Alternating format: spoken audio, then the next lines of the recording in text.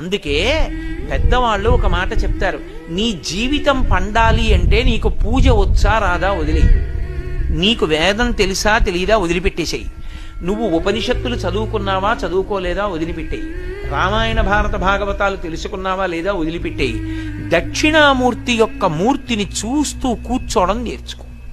అదొక్కటి నేర్చుకో చాలు, ఏమక్కర్లేదు. ఇంకా దక్షిణామూర్తిని పెట్టుకుని రోజు కాసేపు ఆయన్ని చూస్తే చాలు. మీకు నేను ఇంకా విచిత్రమైన విషయం చెప్పనా? సంటి పిల్లలు కొంచెం కొంచెం పెరిగి పెద్దవాళ్ళు అవుతున్నప్పుడు ఇంట్లో అందమైన దక్షిణామూర్తి విగ్రహం ఉండి, విగ్రహం అంటే ఫోటో కనీసం ఉండి, పిల్లలు కాసేపు దాని వంక చూడడం అలవాటైతే మీరు చూడండి, నేను యథార్థం చెప్తున్న, పెద్దలు నిర్ణయం చేసింది, వాళ్ళు కళ్ళు తిప్పి ఆడుకుంటూ ఆడుకుంటూ పాకడం కూర్చోవడం వచ్చినప్పుడు చూసినప్పుడు వాళ్ళు నిశ్చలంగా కాసేపు ఇలా దక్షిణామూర్తి వంకే చూస్తారు.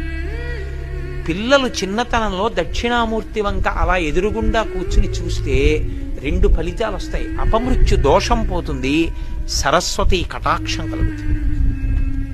అందుకే అసలు ఇంట దక్షిణామూర్తి ఫోటో లేని ఇల్లు ఉండరాదు.